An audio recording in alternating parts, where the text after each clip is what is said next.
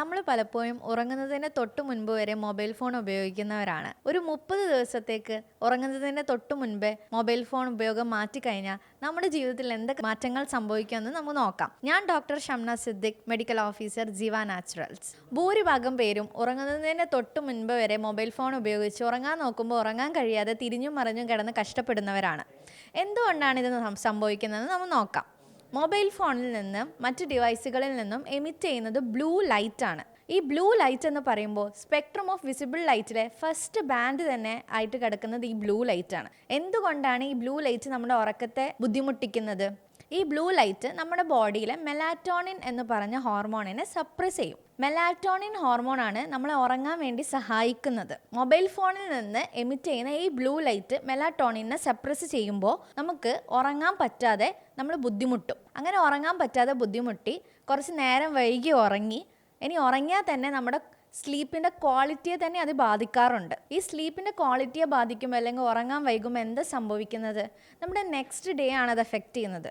Next day നമുക്ക് productive ആക്കാൻ സാധിക്കാറില്ല പലപ്പോഴും. ഇത് നമ്മുടെ അടുത്ത ദിവസത്തെ കോൺസെൻട്രേഷൻ കളയും, ഫോക്കസ് കളയും, ഓരോ കാര്യങ്ങളിലുള്ള ഫോക്കസ് കാര്യങ്ങളൊക്കെ കളയും. അങ്ങനെ നമ്മുടെ ദിവസത്തെ വല്ലാതെ ബാധിക്കും ഇത്. പഠിക്കുന്ന കുട്ടികളിലും ജോലി ചെയ്യുന്നവരും ബിസിനസ് ചെയ്യുന്നവരിലും എല്ലാം ഓരോ ദിവസവും വളരെ ഇമ്പോർട്ടൻ്റ് ആണ്.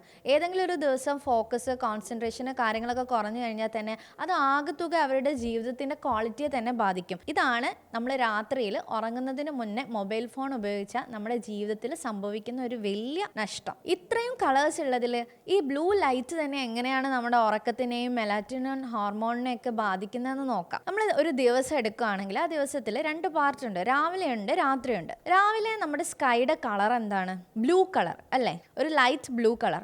ഈ ലൈറ്റ് ബ്ലൂ കളർ സ്കൈ പുറത്തോട്ട് വിടുമ്പോൾ നമ്മുടെ ബോഡിയെ അത് അലേർട്ടാക്കി വെക്കും. ആ ദിവസം നന്നായിട്ട് ഉപയോഗിക്കാനും ഉറങ്ങാതിരിക്കാനും ബാക്കി നമ്മുടെ ദൈനംദിന കാര്യങ്ങളൊക്കെ ചെയ്യാനും വേണ്ടി നമ്മൾ അലേർട്ടാക്കി ഇരിക്കുക ആണ് നമ്മുടെ സ്കൈയിൽ നിന്ന് പുറത്ത് വരുന്ന ഈ ബ്ലൂ ലൈറ്റ് മെലാറ്റോണിനെ സപ്രസ് ചെയ്തുകൊണ്ട് ചെയ്യുന്നത്. എന്നാൽ രാത്രി ആവട്ടെ സ്കൈയുടെ കളർ എന്താണ്? ഡാർക്ക്നെസ് ആണ്. അപ്പോൾ ഈ സപ്രസ് ചെയ്ത മെലാറ്റോണിൻ എല്ലാം പൊങ്ങി വന്ന് നമ്മൾ അതുപോലെ തന്നെ നമ്മുടെ ആ ദിവസത്തെ ടയർഡ്നെസ്സും കാര്യങ്ങളും ഒക്കെ ആയിട്ട് രണ്ടും കൂടി ചേർന്ന് നമ്മൾ തനിയെ ഉറക്കത്തിലോട്ട് വീഴും. അപ്പോൾ നമ്മുടെ മൊബൈൽ ഫോണിൽ നിന്ന് വരുന്ന ബ്ലൂ ലൈറ്റ് ഏറ്റവും ഇൻറ്റൻസ് ആയിട്ടുള്ള ബ്ലൂ ലൈറ്റ് ആണ്. നമ്മൾ ഈ രാവിലത്തെ സ്കൈയുടെ ബ്ലൂ ലൈറ്റ് എന്നൊക്കെ പറയുന്നത് ഒരു പരിധി വരെ ഒരു മീഡിയം ടു ലൈറ്റ് സീരീസിൽ വരുന്നതാണ്.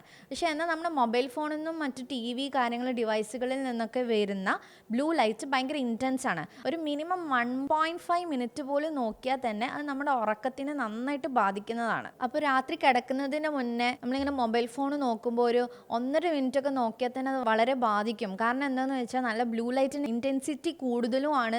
പിന്നെ നമ്മൾ ഒന്നുകൂടെ കണ്ണിനോട് അടുത്ത് വെച്ചിട്ടാണ് നിൽക്കുന്നത്. അപ്പം തന്നെ ഇത് ഉറക്കത്തെ നന്നായിട്ട് ബാധിക്കുന്നതായിട്ടാണ് കണ്ടുവരുന്നത്. ഇനി നമ്മൾ TV മറ്റ് ഡിവൈസുകളൊക്കെ ആണെങ്കിൽ ഇതിൽ നിന്നും എമിറ്റ് ചെയ്യുന്നത് ബ്ലൂ ലൈറ്റ് തന്നെയാണ്. TV-യിൽ നിന്നും മറ്റ് ഡിവൈസുകളിൽ നിന്നും ഒക്കെ എമിറ്റ് ചെയ്യുന്നത് ബ്ലൂ ലൈറ്റ് തന്നെയാണ്. പക്ഷെ നമ്മൾ ഈ ഡിവൈസുകളിലൊക്കെ ഇപ്പോൾ കമ്പ്യൂട്ടറിലായാലും ലാപ്ടോപ്പിലാണെങ്കിലും TV-യിലാണെങ്കിലും ഒക്കെ ഒരു പെർട്ടിക്കുലർ ഡിസ്റ്റൻസ് ഇട്ടിട്ടാണ് ഇരിക്കാറ്.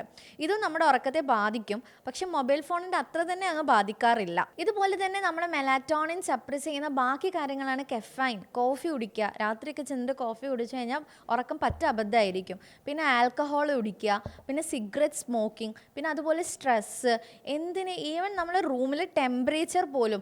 നമ്മൾ ഈ ചൂട് കാലമൊക്കെ ആയിക്കഴിഞ്ഞാൽ രാത്രി ഉറങ്ങാൻ പറ്റില്ല എന്നൊക്കെ പറയുന്നത് കേൾക്കാറില്ലേ? അത് ഇതുകൊണ്ടാണ്. നമ്മുടെ മെലാറ്റോണിനെ സപ്രസ് ചെയ്യുന്ന കാര്യങ്ങളാണ് ഇതൊക്കെ. അപ്പം നേരത്തെ പറഞ്ഞ പോലെ നമ്മുടെ ഉറക്കം ശരിയായിട്ടില്ലെങ്കിൽ നമ്മുടെ അടുത്ത ദിവസത്തെ എല്ലാ കാര്യങ്ങളെയും ഇത് നന്നായിട്ട് ബാധിച്ച് കണ്ടുവരാറുണ്ട്. നല്ല ക്ഷീണം, ഉറക്കം, ചടപ്പ്, ഉറക്കം തൂങ്ങിയിരിക്കൽ, ഫോക്കസ് ഇല്ലായ്മ, കോൺസെൻട്രേഷൻ ഇല്ലായ്മ, ഇതൊക്കെ മൊത്തത്തിൽ നമ്മുടെ ലൈഫിനെ തന്നെ പ്രതികൂലമായിട്ട് ബാധിക്കാൻ ശക്തിയുള്ളതാണ്. ഇത് മാത്രമല്ല നമ്മുടെ ശരീരത്തിലും ഇതിൻ്റെ പലവിധ ബുദ്ധിമുട്ടുകൾ ഭാവിയിൽ നമുക്ക് കണ്ടുവരുന്നുണ്ട്. ഇത്തരം ആളുകളിൽ ടൈപ്പ് 2 ഡയബറ്റീസ് മെലിറ്റസിൻ്റെ സാധ്യത 48%. അതുപോലെ തന്നെ ഡിമെൻഷ്യ 33%, അതുപോലെ തന്നെ ഡിപ്രഷൻ ഒരു 30% റിസ്ക് ഒക്കെ ഇത്തരം ആളുകളിൽ നമ്മൾ കണ്ടുവരുന്നുണ്ട്. എങ്ങനെ നമുക്ക് ഈ കാര്യങ്ങളൊക്കെ പരിഹരിക്കാമെന്ന് നോക്കാം. ഉറങ്ങുന്നതിൻ്റെ ഒരു അരമണിക്കൂർ മുന്നെങ്കിലും മൊബൈൽ ഫോൺ മാറ്റി വെച്ച് ശീലിക്കുക. അതുപോലെ തന്നെ മറ്റൊരു കാര്യമാണ് ബ്ലൂ ലൈറ്റ് ബ്ലോക്കേഴ്സ് ധരിച്ചുകൊണ്ട് ഇത് മാറ്റി വെക്കാൻ പറ്റാത്തവർക്ക് ഉപയോഗിക്കാം. ഇതിലൂടെയെല്ലാം നമുക്കിത് പരിഹരിക്കാൻ പറ്റുന്നതാണ്. താങ്ക്